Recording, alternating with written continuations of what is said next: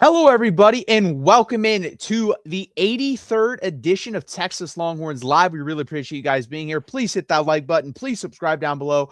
As always, we are here every Monday night at 8 p.m. Eastern Time, and we might as well jump into this because it's still the biggest, talking point around the Texas Longhorns. And we'll phrase it as this, but I also want to get Gerald's opinion because you guys saw my opinion. I put up a video when it happened about 3 or 4 hours later. And we'll get to this topic. But again, Gerald, what did you think of the process overall? And then what did you think overall just when you saw that Texas hired Will Muschamp?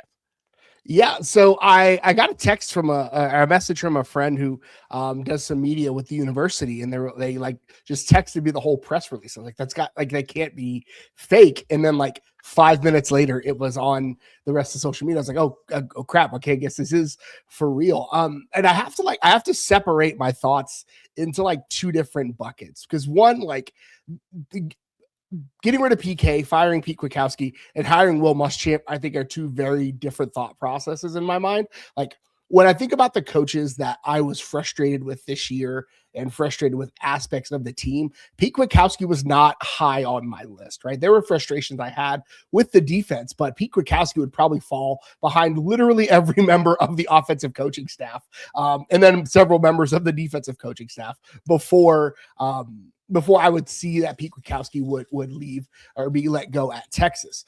That being said, when you think about the talk of Will Muschamp, the talk is like Will Muschamp was Texas, it was Sark's initial want for this defensive coordinator position, right?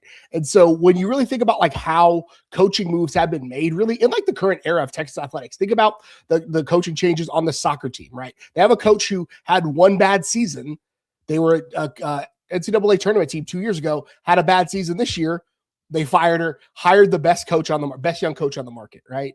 Happened several years ago with the women's basketball team, right? Had a good coach, wasn't great, let her contract expire, hired Vic Schaefer, one of the best women's basketball coaches in the country, right? It's happened on multiple different sports on the campus. And so what it seemed like happened was, and I said this to multiple people, Will Muschamp probably was ready to get off the bench, right? He'd been a co-DC at Georgia for a couple of years, kind of stepped back into the analyst role, and I think he was ready to jump into that full DC role. And so the timing was right. I think if Will Muschamp wasn't ready to get off the bench, then I don't think Pete Kwiatkowski is gone from Texas. I think PK is probably still here the next year. And so I think that to me, I was shocked. I was confused. And again, I think of the coaches, like they let go of Dwayne Aquino at the same time. That was a coach that I was very fine and confident. I think you watched last week's live stream. I think Dwayne Aquino was on both of our lists of coaches that we'd be fine with seeing make a change. But ultimately, like I was shocked, kind of came out of nowhere. But with the immediate announcement of Will Muschamp, it lets me know that this probably wouldn't have happened if Muschamp hadn't been ready and willing to step into the role already. Yeah, I agree with that. And I think we'll just, start by addressing the question now. Will Sark regret firing Pete Kwiatkowski? And I think that's a real and legit question that it should be asked because agreed. I'm in two separate camps. I'm fine with hiring Will Muschamp because I believe when he was a defensive coordinator and calling plays, he was a top, 5 to 10 guy at doing that, probably closer to the top 5. But I also see Pete Kwiatkowski right now probably a top 12 to 15 defensive coordinator in the sport and a guy that every year other than his first year was top 30 in points per game allowed. I mean, that's really good, guys. In 13 of his 20 years, he was top 25 in points per game allowed. Like, he knows what he's doing. He's probably going to end up as the defensive coordinator at Oregon or the defensive coordinator at USC. That's how highly thought of he is. So I think it's okay to question Steve Sarkisian on this. It is. That's the thing, too. I got some, pushback in the comment section because I said, I wish Sark held the same standard for himself as he seems to hold for everyone else on his staff. Because he doesn't, guys. He just doesn't. If that was the case, he would have fired himself from offensive coordinator and hired another offensive coordinator. Because, again, I will keep pulling up the stat. In his 5 years here at Texas, he's been top 10 twice in combined categories of yards per play, yards per rush, yards per pass, total yards for both of those, total points per game, red zone efficiency, third down offense, all of those He's been top 10 twice. So if you're holding PK to that crazy standard of you got to be in the top 10, top 15 every year, otherwise you're a detriment to me, then you got to hold yourself to that same standard because, again, you were the highest paid employee of the state of Texas. You were the head coach at the University of Texas, and you're not holding yourself to the same standard. So that's my biggest thing is I need you to hold yourself to the same standard that you're holding everyone else to, or at least that's what it looks like on the outside to me. Yeah, and one of the things I said is like I feel like Sark burned his get out of jail free card really early because a lot of times when you see a coach who is trying to buy himself some extra time, this is the move that they make. They fire the coordinator from the other side of the ball, and so ultimately I think the part I think Sark may end up regretting if he because again I think Will Muschamp has every tool and all the talent on the roster to be successful, but if things don't go the way that they think they will under Will Muschamp, then I think Sark has burned that get out of jail free card really early. And the only other one available to him is hiring an offensive coordinator. So that's the thing that Sark may end up regretting if we don't see the defense progress, if the offense still has the same issues that they did this last year, and they've been continuing issues, right? I was arguing with somebody on Twitter about, PK should have been fired after the Kentucky game. And I quoted to that person the offensive stats from the second half of the Kentucky game. Like PK should have been fired after giving up one touchdown in the second half against Kentucky. Do you know what the offense had 5 3-and-outs? They were on the field for 9 minutes of the second half against Kentucky. That was a defense that was tired. That's why they gave up that last second drive. Like that to me, and those are issues that we've seen with Sark year after year, is that the offense seems to have these spurts where they just can't get things going, where they can't get into a rhythm. And there are conversations now that maybe that part of that was Sark was having to pay attention to some parts of the defense because Pete Kwiatkowski didn't really coach the secondary, which is part of why they brought in Dwayne Aquino, which was a massive failure. That was one of the things that I think Blake Gideon did a lot of when he was here before he moved to Georgia Tech. So if Will Muschamp is able to take those things off of Sark's plate and Sark's game management gets better, great. But ultimately, like Sark has lost that, like, hey, things are going sideways. I'm going to make a massive staff change. The only one left to him is the one thing he absolutely does not want to do, and that's hire an offensive coordinator. No, you're 100% right. I brought that up too in the video that I made about hiring Will Muschamp of like, PK didn't have to be fired. Like, that's why everyone was so shocked of like, oh my God, you fired this guy because it wasn't needed. So you're 100% right. When you play that card, everything is now on Steve Sarkisian. The whole red dot is on you, brother, because if this doesn't work out, there's no one else to blame. You fired your running backs coach after 1 year. I don't think Chris Jackson's coming back. His contract's going to expire very soon. So it'd be shocking. So then you're out another wide receiver coach after 1 year. You fired a defensive coordinator that was really good, really talented, really, really respected, honestly. So it's on you. Like, and that's the thing too. He said that during the press conference, which again, he put even more onus on his plate because he said, hey, I kind of had to babysit Pete Kwiatkowski. I'd have to get on the headset and do this. First off, you should probably never say that publicly. One, I think that's kind of, low because that guy's not going to get to respond. And then also, that's kind of your job too. You're the head coach. You should be, talking with the defense a little bit. I'm not saying you should control the defense, and it's going to be nice to have Will Muschamp probably be just the head coach of the defense, but you're telling me you're never going to talk to Will Muschamp about the defensive game plan or anything like that? That's a huge red flag to me if that's the case. I don't like that. So overall, there's just some things that this was handled. I think could have been handled better from his side. But overall, I understand why he made the hire. I think Will Muschamp, if he's who we think he is, if he can get back to that, he's a top 5 guy in the sport at calling defenses. And I think with the talent he has, the aggressive style that he's going to play with, and we'll get to that with guys we think that can pop off under Will Muschamp, I'm excited to watch it. I think he'll bring a level of physicality and toughness that we kind of missed under PK. And, he'll also have guys that are willing to get up and press and not play back. I think that was the biggest thing under PK that we both said, I wish we would do. And you're going to see that under Will Muschamp. So I don't hate the hire by any means. No, and again, I think that's why you have to separate these two things in the conversation, right? It's firing Pete Kwiatkowski and it's hiring Will Muschamp. And those two moves happen at the same time, but you can have, this is one of the hardest things for a lot of, especially because online conversation has stripped a lot of nuance out of conversations. You're allowed to have complicated feelings about things. You're allowed to hold multiple things true at the same time. It's something I talk about all the time when it comes to sports conversations. You can feel like the firing of Pete Kwiatkowski was a weird decision while also saying if they're going to fire Pete Kwiatkowski, Will Muschamp is probably one of the few guys in the world that you would do that for. Those two things can exist in the same conversation. And that's my feelings on it. It's like Pete Kwiatkowski was far from the problem with Texas. And honestly, and I said this to some people pretty publicly and pretty flatly, you can credit more wins to Pete Kwiatkowski and his defense than you can credit losses.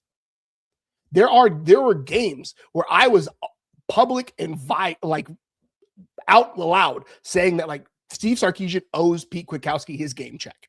Like there are games we can look back over the last 3 seasons where, again, look at the playoff wins, the interception at the end of last year, right?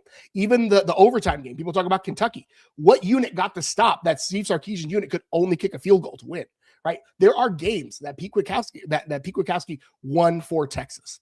And that is why I was shocked because I did not think he was the problem. That being said, Will Muschamp being the hire to replace him is on the surface, again, we'll only know when they strap it up next year, but on the surface, one of the few people in the world that I think would be okay to make that change for. Yeah, I mean, I was thinking about that. How many games I thought Pete Kwiatkowski, kind of, or Sark owed, opposite. Sark won and Pete Kwiatkowski lost. Like Houston and Washington are really the only 2 games that come to mind of like, I didn't think the defense played up to its standard. We won Arizona one of those State, games. maybe.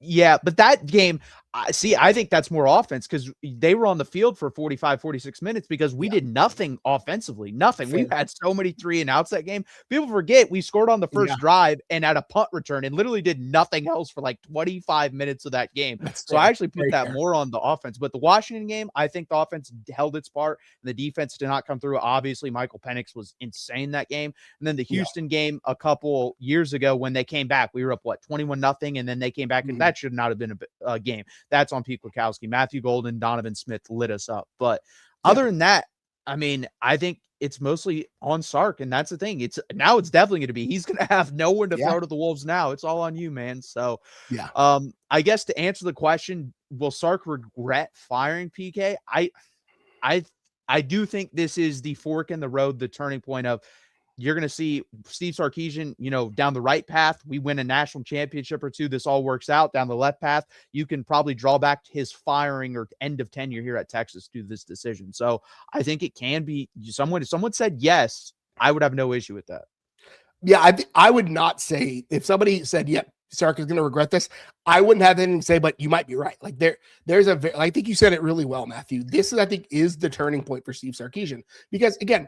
If we can believe his line of conversation that he was having to devote some of his focus to the defense, if we don't see those things that have irked us about Sark's offense now shored up that he doesn't have to devote some of his time to the defense, then I think he won't regret this, right? Because the offense should take a step forward. He should be able to be more in the flow of the game. He should be able to do those things. But if the offense continues to have the same issues, then we're going to be right back here next year. Yeah, it's going to be very interesting offseason. A lot more anticipation as well to see what the defense looks like next year. I think we kind of knew what it was going to look like under PK. You could basically pencil it in for top 25 defense points per game wise, and then pencil it in for really good run defense. So it's going to be interesting to see what happens. Again, guys, please hit that like button. Please subscribe down below. We might as well just jump over to this. The top 5 risers under Will Muschamp. I think this defense, like I said, it's going to be more aggressive.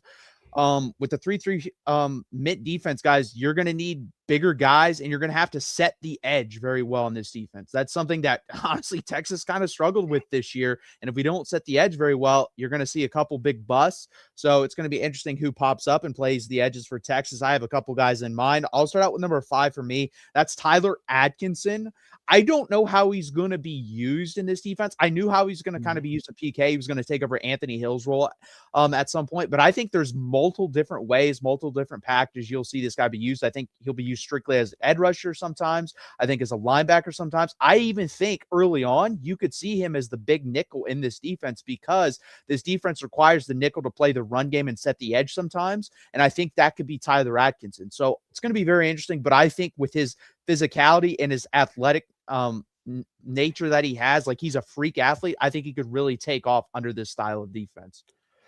Yeah, I had a similar thought about that big nickel, but mine is Jonah Williams. I think he's a guy who will spin down to some of that big nickel just because his unique mix of size and athleticism, speed, like he's kind of one of those weird 5-tool players that struggles in some more traditional. He was going to struggle. I'll be real. He was going to struggle as a safety, I think, in Pete Kwiatkowski's defense, just based on skill set and kind of what he does. But I could see him spin down into that big nickel spot because he's got the body to be able to step up and play the run. But he's also, again, got some speed. He's got some agility. So he can play in the pass. So I think he's a guy who, that I didn't think he was. I was thinking he's going to have to eat his way down a little bit in a Pete Kwiatkowski defense to probably being a linebacker. And I don't know if that was his future, but I think now in this new defensive scheme, I think he's a guy who will be able to use his kind of uniqueness in that big nickel role. Yeah, it'll be interesting. I almost put him on my list for the same like type of role, but I don't know with baseball and everything if he's going to be able to learn that as quickly as someone like Tyler Atkinson's that's going to be just like fully devoted to it. Like that's the thing too. Will Muschamp will be interesting if he tries to talk him out of playing baseball. Like, dude, you're going to be an NFL player. Just trust me. Quit baseball. I don't know if he's going to do that, but it's very hard to be, a Division I athlete at Texas and play football and baseball, a team that's probably has a really good chance of winning the national. Who's your number? My number 4 is Hero Canoe. And I think because of, again, how this defense aligns, big bodies in the middle. And Hero Canoe, I think we've got almost confirmation. Everything is pointing to him coming back next year. And so, again, Hero Canoe or whatever big butt sits in the middle, you need somebody that can occupy space, occupy blockers. And again, make the linebackers look like studs on this. And so I think a guy like Hero Canoe, who's got a really good mix of size, strength, but he's not one of your typical like big slow middle guys. He's got some quickness to him. He's got some move to him. I think of a guy like Roy Miller, who on that 2008 defense made some freaking money under Will Muschamp. And that's what I could see him being in a similar role, kind of be a big body in the middle, get a couple of tackles for losses, really be a chaos agent in the middle.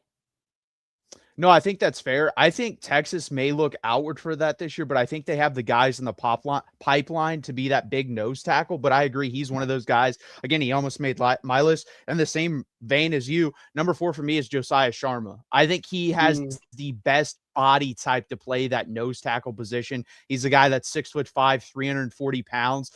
He really doesn't have to put on weight. It's more of technique at this point. And if he can do that, because he's got the strength, that dude is huge. Again, I still remember the first time I saw the picture, he literally looks like a walking refrigerator. That guy has some of the broadest shoulders I've ever seen in my life.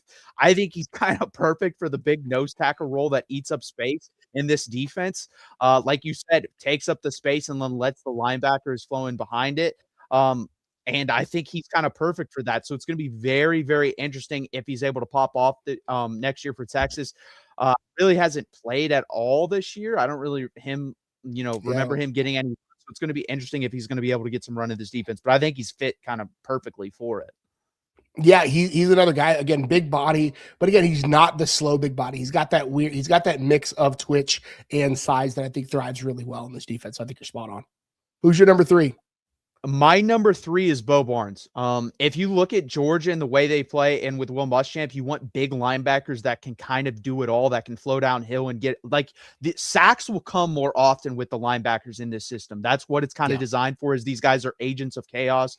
The one of them will rush on every down because again, you're gonna have 3 rushers most of the time, and then that 4th is kind of whatever the package dictates comes in downhill as well with the other 3. So I think Bo Barnes, I think he's the type of guy that could be, like the future type of Jalen Walker. I really think he could be that player. He's a really good physical football player. He's a guy that weighs 235, 240 pounds, fast, physical freak show. So he can kind of do it all in this defense. And that's what you need from your linebackers in this defense. So I think Bo Barnes, maybe not next year, but I could see his junior year just have like a Butkus type award season.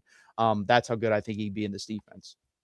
I also had Bo Barnes at number 3. So you and I are thinking alike. Yeah, I think we've seen what those kind of guys can be in this defense. We've seen them, and they're playing on Sundays, right? We've seen the guys with his body type and his athleticism, and they're Sunday guy players. I waffle between him and Ty Anthony Smith. I think Ty Anthony Smith was going to be fine regardless of who the defensive coordinator was. So I think based on the actual question, I think Bo Barnes is going to see his stock rise pretty significantly in this defense, just because, again, he is big. He is faster than a guy who shows up at 235, 240 should be. And that's the kind of person who's going to thrive in their system. Who's your number 3? That was my number 3 was Bo Barnes. You said Bo Barnes. Okay, so I'll just let you go this time. Number 2 then. Number 2 is Lance Jackson. Lance Jackson, and this couples with my number 1, but Lance Jackson, again, I was on campus. I'm old. I was on campus for 2008. I remember what this defense looked like when it had Sergio Kindle and Brian Arakpo on either side. Like the offenses had to pick their poison, and those guys combined for 23, I think, sacks in a season. And obviously the defense has grown and changed in time, but like when you give Will Muschamp physical freaks like Lance Jackson is, think back to last year when Lance Jackson showed up to a playoff team and folks were like, is he good? Can he play? Because like he just showed up and he was just a straight up dude. Those kinds of guys, again, Sergio Kindle, Brian Arakpo, those physical freaks, Will Muschamp finds ways to put them in position to be successful. We've seen it at Texas. We saw it at Georgia. Like that is the kind of guy that this guy loves to have in his defenses. Yeah, it's interesting because I think he's going to be an edge guy in the 3 down linemen. But I mean, if he put on weight and Will Muschamp liked him better at nose tackle, he could probably do that. He's strong enough to do that if he puts on another 25, 30 pounds. So it's going to be interesting how he's used. I think he'd be a very versatile piece on this Texas defense. I mean, he's one of those guys, again, if PK stayed, he was still going to have a good year because he's a really good football player. He was a 5-star for a reason. So I completely agree with you. And he'll be number 1 on my list when we get there. But number 2 for me is Justice Terry. This is a guy that has popped off the screen the last couple weeks of the season. He played well in the Texas A&M game, played well in the Georgia game, played well in the Arkansas game. He's a guy to me, every time he gets on the field, you see him make a difference. He's going to be an edge in this system because, again, it's kind of weird. When he came in, we thought, oh, maybe he slides to defensive tackle. But under this system, I don't see any chance he gets to be a nose tackle. He'd have to put on 60 pounds. That's not going to happen. But he can be a big physical freak at the edge position, set the edge very well. I'm not really concerned about that. I think he'll do that phenomenally. And there's a reason Georgia wanted him. He can play in their system. He can play in any system. He is a freak. I think he's going to have a very, very big year next year under Will Muschamp. Yeah, he was one that was like 6 on my list. Like he was right outside the list because he's one of those physical freaks that, again, Will Muschamp loves these kind of guys because, like, how can I deploy this guy in a way that's going to piss offenses off? That's what Will Muschamp really likes to do. And so he is a guy who I think, in PK's system, we were kind of trying to figure out where he was going to go. I think we now know that he is going to stay on the outside and really have an opportunity to be an edge and make some money that way. I think he's going to make a lot of money as an edge in this system. My number 1 on my list, and this one is cheating a little bit, Colin Simmons. I think Colin Simmons is going to have a wild year next year. It's his last year in Burnt Orange regardless. But again, I think back to what guys like Colin Simmons have done in Will Muschamp defenses. Think back to what Georgia did to Texas a couple of years ago, and they didn't have a guy that was good and as good as Colin Simmons, right? You think about the guys that are all playing in the league from those 2022 Georgia defenses, 2021 Georgia defense, right?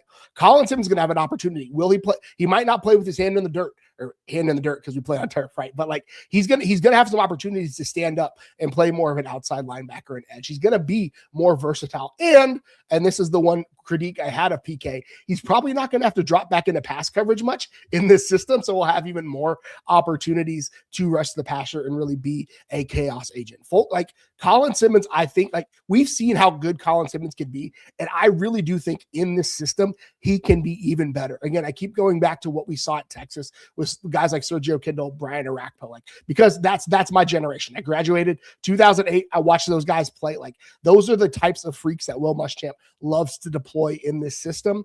Absolutely incredible, and I think we're going to see a lot from Colin Simmons next year.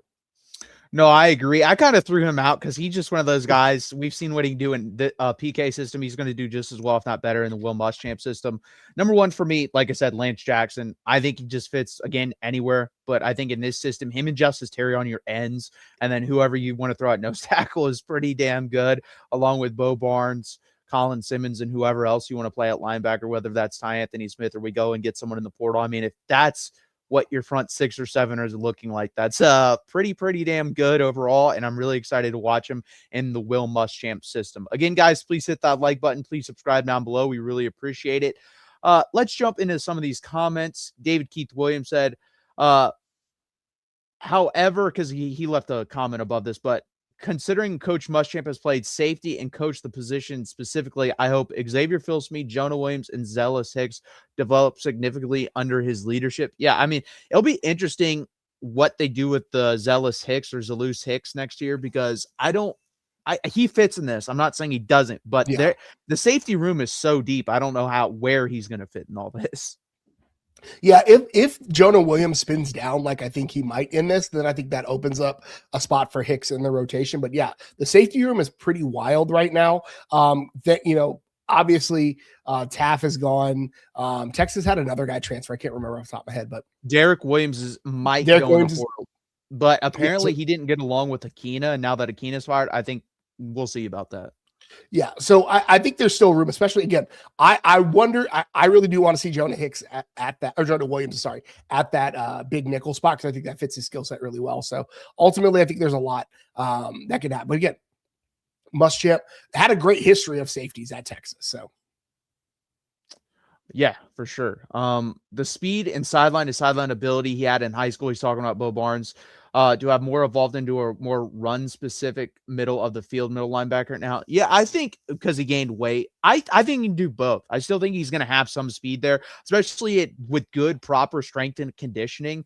Like your freshman year guys, they kind of put the weight on you and you do slow down a little bit, but then the sophomore year, you kind of get used to the weight and train with the weight, and that gets you back up to the speed you were. So I think he'll be pretty close to what he was in high school speed-wise. I'm not going to say he's going to be exactly, but I think he'll be pretty close. And I think it's hard to judge body comps when you change a defensive coordinator, because Muschamp very well may come in and tell the strength and conditioning staff to help these guys, some of these guys change their body comps, right? Some of these guys built their bodies last year to play in a different system. So like, I think we have to keep that in mind as we talk about guys' size and speed, because ultimately, like this offseason, some of them may see 5-10 pounds come off because of Will Muschamp's difference in philosophy. Yeah, so I completely agree. He'll get with Teray Becton. He'll say, hey, I want these guys to be 10, 15 pounds bigger. I want these guys to be 5, 10, 15 pounds lighter. I think you're going to see a lot of these, like, tweeners, like in Alex January. You're either going to tell them, hey, we need to cut 15 off you. We're going to put on 15 to 20 more pounds, because same with Murad Watson. He's kind of in a weird position because he's like 310. So I think I don't think both of those guys will end up at edge, but I think one of them will end up at edge and the other one will end up at nose tackle. I personally think Alex January would probably be a better edge and Murad Watson a better nose tackle, but I'll trust them on that. They see him in practice every day, but we'll have to see about that. Yeah, it's going to be interesting. Again, that's going to be, I normally nerd out about like the spring roster and like the post-spring size changes, but I'm really going to be into it this year. Yeah, it'll be interesting if we have a spring game this year or not. We didn't have one last year. I don't know if that's a permanent thing now. That really hasn't been addressed. It's going to be interesting. Yeah, for sure. Let's move over to this. So top 5 current portal targets. Let me say this, guys, current. They're in the portal now, not guys we wish. We kind of already did that list. And we do think there will be some guys getting in the portal that Texas will definitely be involved with. But again, current portal target. So Gerald, give me your 5th current portal target right now for Texas. Yeah, Florida State linebacker Omar Graham is a guy who I would love to see at Texas. Texas needs to add a body at linebacker. They've got obviously Anthony Hill going to the NFL, Leonga Leifau transferring to we don't know where, transferring out. But so Texas needs to probably add a starter quality linebacker in this portal class. And Graham is a really good linebacker. Again, I don't know how his athletic profile fits into what Will Muschamp is going to want, but ultimately, when you look at like the linebackers in the portal and you look at like the top guys, I think he's probably the closest to one that fits in the system. So I'd like to see him, or again, a replacement level linebacker, depending on who jumps in. There was someone today, I forget who, it might have been the Baylor guy, but they had, 200 tackles in the past 2 years. I'd be interested in that guy. I honestly don't know much about Omar Graham. That was one position, honestly, I probably should have looked a little bit harder.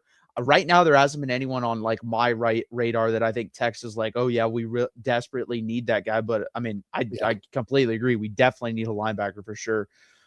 Number 5 for me is Malcolm Simmons from Auburn. He's one of those guys that, honestly, other than Cam Coleman, he was probably their second best wide receiver. 25 receptions, 457 yards, 2 touchdowns, 18.3 yards per catch, 6 foot, 186 pounds. He's one of those guys that can take the top off the defense. He played very well in the Iron Bowl. I was very impressed by him. I think he's definitely a take for Texas. And at this point, guys, from everything we're hearing, I just don't think Texas is going to go all in on a number 1 wide receiver. I think they're going to try to go and get more of a 2 in here, and I think Malcolm Simmons could be a number 2 in this system. Yeah, I have a number 1 receiver at higher up in my list, so we'll leave that there. But yeah, you're probably right. I still think Texas probably should go for a number 1 in the portal, but based upon what we're seeing, they probably won't. So I think he's a solid guy. And again, Texas has a lot of solid guys. So I think adding another one to the roster, let Arch kind of spread the ball around, keep things open, keep the rotation going, I think is not a bad move. No, and I agree with you. I wish they would go all in on a number 1 wide receiver. It's just everything that's come out, I don't think that's the case. Unless there might be someone they absolutely love that they don't expect to jump in the portal that jumps in the portal. But right now, I just don't think they're in love with anyone, and I don't think they're going to overpay or to try to get someone in the portal like a Cam Coleman or anyone like that. So who's your number 4? My number 4, Tennessee safety Boo Carter. I think I think Texas probably needs to add again just an experienced starter level safety. And Boo Carter's probably the best one in the portal right now. Again, I would be fine if Texas didn't add that high tier level of safety. And they're probably, Boo Carter's probably going to fetch a pretty penny for his services because he's, one of the better, he's an NFL quality safety. But ultimately, like Texas needs to add a safety. I like him. I also had Edwin Joseph, but I didn't want to have multiple Florida State guys on my list. But either of those 2 guys, a safety would be great. Yeah, either of those 2 guys, Khalil Barnes, who's also from Clemson, I'd be fine with. Jordan Castile, who's a freshman All-American safety from Florida, I would be fine with. Like, any of those guys are definitely takes for me at the University of Texas. We just need someone back there that's a good B- player that gets the job done and has, actually played real snaps in big-time football games. We don't really have that on the roster right now for the most part, other than Xavier Philsme. And honestly, he was very unimpressive to me other than the last, 2 games of the season. So I don't really want to count on him next year completely. So I agree with that. Number 4 for me is Bo Masco, cornerback from Rutgers, 5'11", 185 pounds, 48 tackles, 2 forced fumbles, 1 interceptions, 4 pass defended. And this is a guy that, was recruited by Mark Orphy, who's now on the Texas staff at Rutgers. So I think this kind of fits perfectly. He's a big guy. When we talk about big nickel, he could be the big nickel in this system with Will Muschamp. 5'11", 185, put another 5'10" pounds on. We're talking 5'11", 190, 195 with pretty good ball skills. A guy that's super physical as well if you go watch him. So I think this would be a pretty good take for Texas if they could get him. Bo Masco is actually my number 3. So you and I are aligned there. I really do think Texas needs to add a legit number 1 cornerback based upon just what we've seen this year. When Manny Muhammad was out, that pass defense, they didn't have a guy. They really didn't. Kobe Black showed up a little bit in the A&M game, but ultimately, they really don't have another dude at corner. And so I think they probably need to add at least another one. I'll throw another name out there just so we don't have them multiples. I also had Jay Crawford from Auburn is another guy who I'd like to see. He was kind of in my corner spot on this list.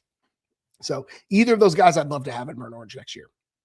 No, yeah, I agree. I think we need a number 1 or at least, a guy that for sure is a number 2 cornerback. And then you kind of decide in camp who's your number 1 between Cage Phillips, Kobe Black. I think Grayson Littleton's going to slide out, especially in a Will Muschamp defense to the outside. So that does help out a little bit as well.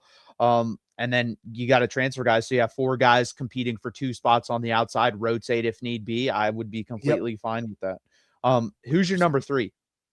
That was my number 3. So that was Okay. who was my number 3. Yeah. Okay.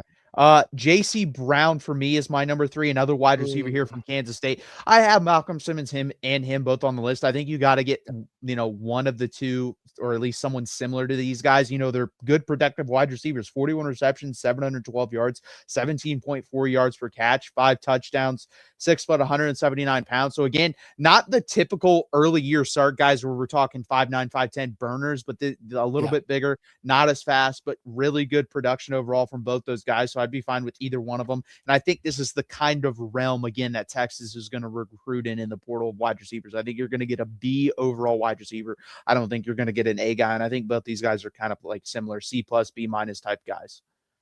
Yeah, Texas needs that kind of guy.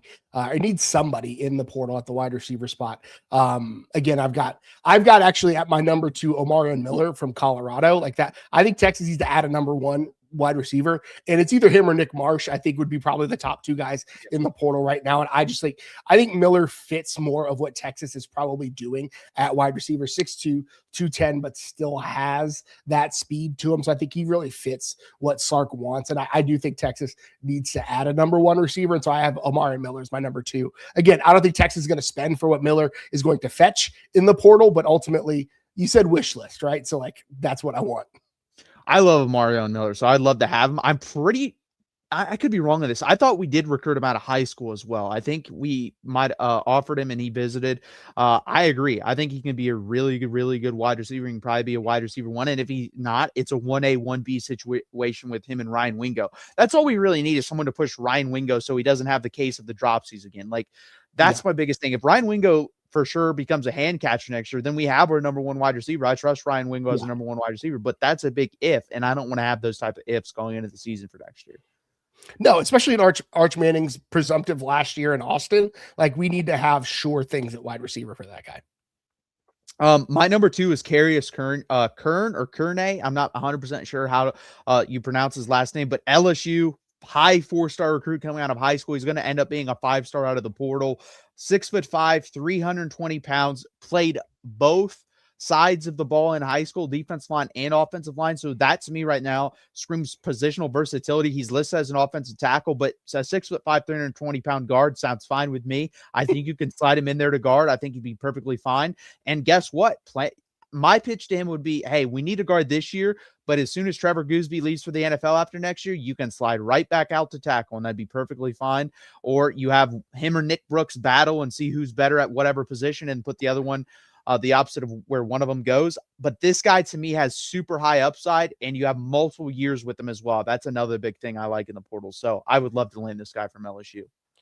Yeah, I had him. He was on my list, and then I pulled him off of my list just because Texas needs a legit inside linebacker or inside lineman, and especially because of the way that these guys have to pull, I haven't seen it from him. I don't know. I'm tired of watching guys pull who can't run in that way, and so that's why I didn't have him on the list. There aren't really a ton of good inside linemen in the portal right now. The only good one I think is already committed to TCU.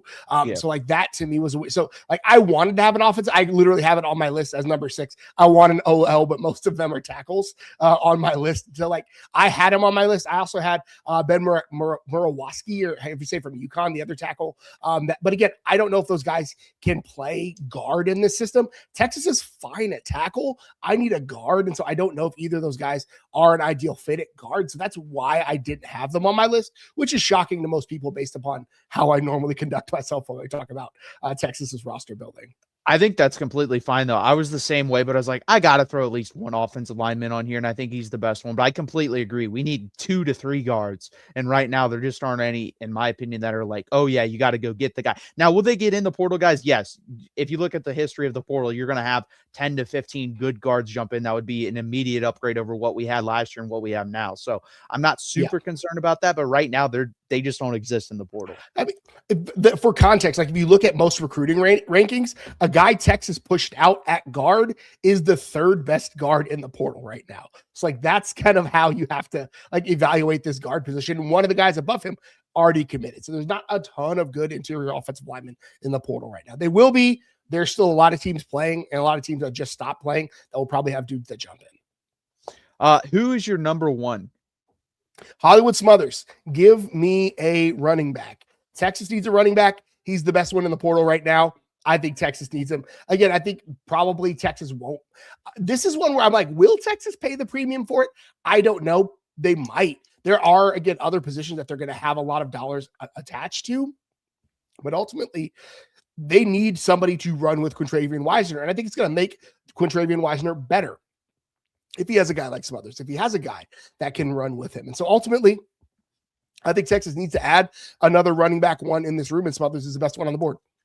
I completely agree. He was my number one as well. Over the last 2 years, 1,500 yards, 5.9 and 6 yards per carry, and a total of 12 touchdowns. I think you'd be a lead back on a national championship team. That's something that I've been questioning for Trey Weisner for a while. I do think, with the stuff going on with Jaden Ball, I think Texas is willing to spend on a number one running back.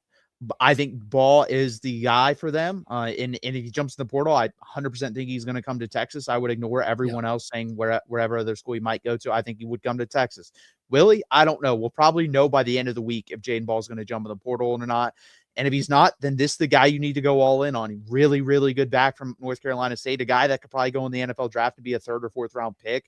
So I'm completely agree with you. I'm all in on Hollywood Smothers if we don't land Jaden Ball, who, again, currently is not in the portal. These are current guys in the portal. Yeah, again, like you said, if we did our wish list, Ball would probably be a number one. He's been my number one since, I don't know, whatever week Texas played Florida, so week 6. That's where I've been. So like he would be number one on my list, but he's not in the portal. That wasn't the activity. So like Hollywood Smothers is a guy. And again, I think he's also a guy that could thrive in what Sark is wanting to do with this system. He's got the right and being able to have a 1A for Quintravian Weisner, or Quintravian Weisner being the 1A. I think they both would be better for it. I think it's just great. And that's a selling point, I think, for a lot of guys. Hey, come here, get a lot of good tape at Texas, but also get like half of the carries you were going to get at NC State. Like that's what you sell this guy on.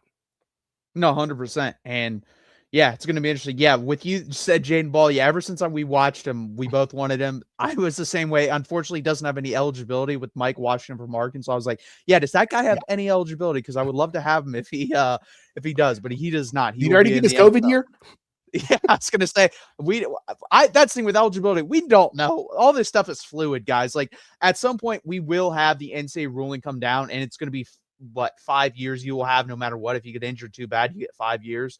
So I think that will be helpful because I think there's a couple guys, teetering right now that would consider coming back to Texas. I think Ethan Burke might come back to Texas if that was the case. Yeah. And maybe DJ Campbell if he's like a 6th or 7th round pick, but I think Ethan Burke would probably come back. But it'd be nice to have Hollywood Smothers.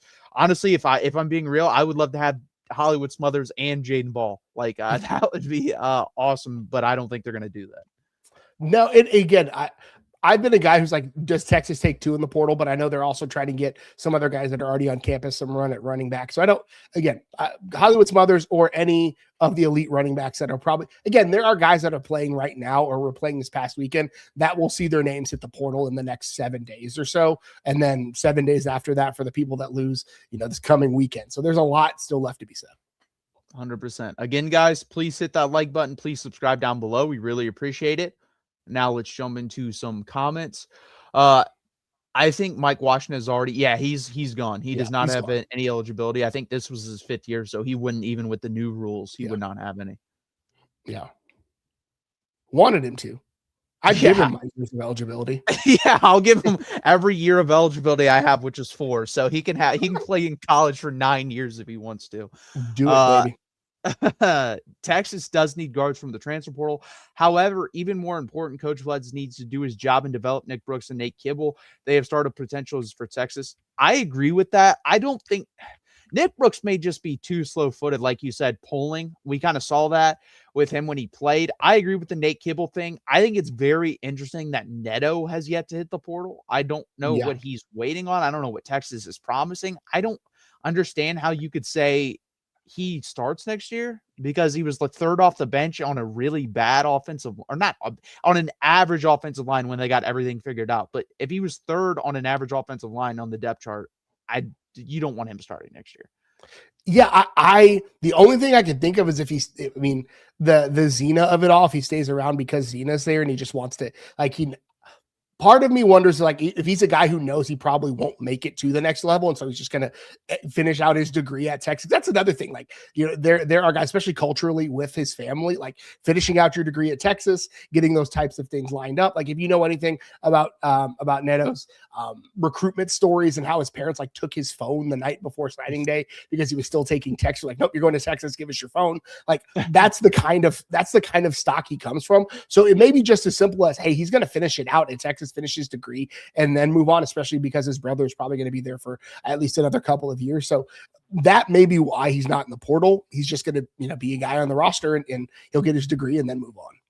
I mean, yeah, that does make a lot of sense, because if you're not going to go to the NFL and let's say you get $80,000 to transfer, he's already making probably 50, 60 grand to sit at Texas. Like, I'd probably just stay where I'm at and take as much money as I can, be there for 5 years, and then, get my degree and go do whatever I'm going to do in life. So I mean, that completely makes sense to me. Yeah. Cause I just don't see, it would be malpractice if he starts at Texas next year. I'm just gonna be honest. I don't understand how you could get that much better in his senior year. I just don't see it happening.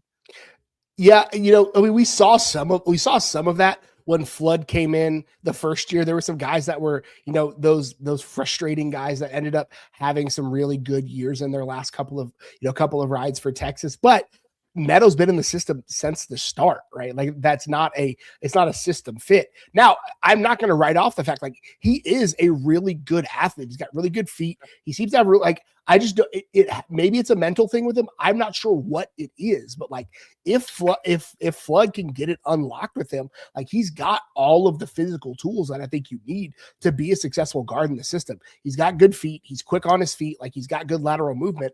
It's just, something isn't quite translating to the field. I do think Brooks was a good stopgap, I think, for this year. But I think Nick Brooks's future, not just at Texas, but if he's going to play in the NFL, is probably more at tackle. So he is a starter quality guy for Texas, but I think he's probably the next man up after, at whenever, whether it's Brandon Baker or whether it's Trevor Gooseby, whenever one of those guys goes to the league. I think he probably slides into a tackle spot. But Nate Kibble, yeah, it is the height of malpractice if Kibble is not ready to go next year. 100% agree. Again, guys, please hit that like button. Please subscribe down below. This has been the 83rd edition of Texas Longhorns Live. We really appreciate you guys for joining us. Also, check out Gerald's X or Blue Sky account right there. Give him a follow. We really appreciate that, as well as his Longhorn Pod on Spotify, Apple, iHeartRadio, wherever you find your podcast, you can find his right there. This is my X or Twitter account as well. Please give me a follow if you would do that. I really appreciate that. And again, guys, we are here every Monday at 8 p.m. Eastern time.